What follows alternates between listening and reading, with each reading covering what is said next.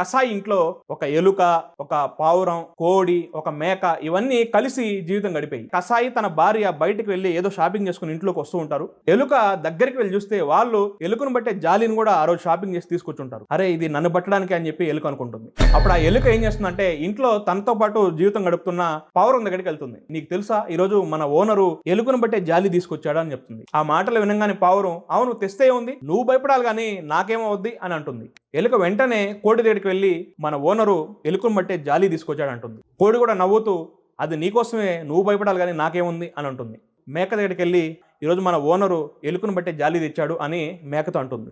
తెస్తే నాకేముంది, నువ్వు భయపడాలి, నిన్ను పట్టడానికి అని చెప్పి మేక కూడా సమాధానం ఇస్తుంది. ఏదైతే కసాయి ఎలుకను బట్టే జాలి తెచ్చాడో ఆ జాలిలో ఒక పాము యొక్క తోక ఇరుక్కుంటుంది. ఏదో శబ్దం రాగానే ఆ కసాయి యొక్క భార్య చూడడానికి వెళ్తుంది. ఆ పాము ఈ కసాయి యొక్క భార్యని కాటేస్తుంది.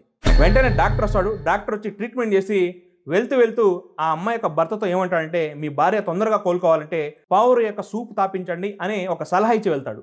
అప్పుడు ఆ కసాయి ఏం చేస్తాడంటే ఆ పావురాన్ని చంపి సూప్ చేసి తన భార్యకి ఇస్తాడు. ఆ ఇంటికి చాలా మంది బంధువులు వస్తారు.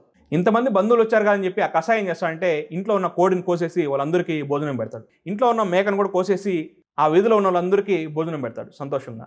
చివరికి ఏమవుతుంది, ఆ ఎలుక మొత్తం ప్రాణాలతో ఉండింది.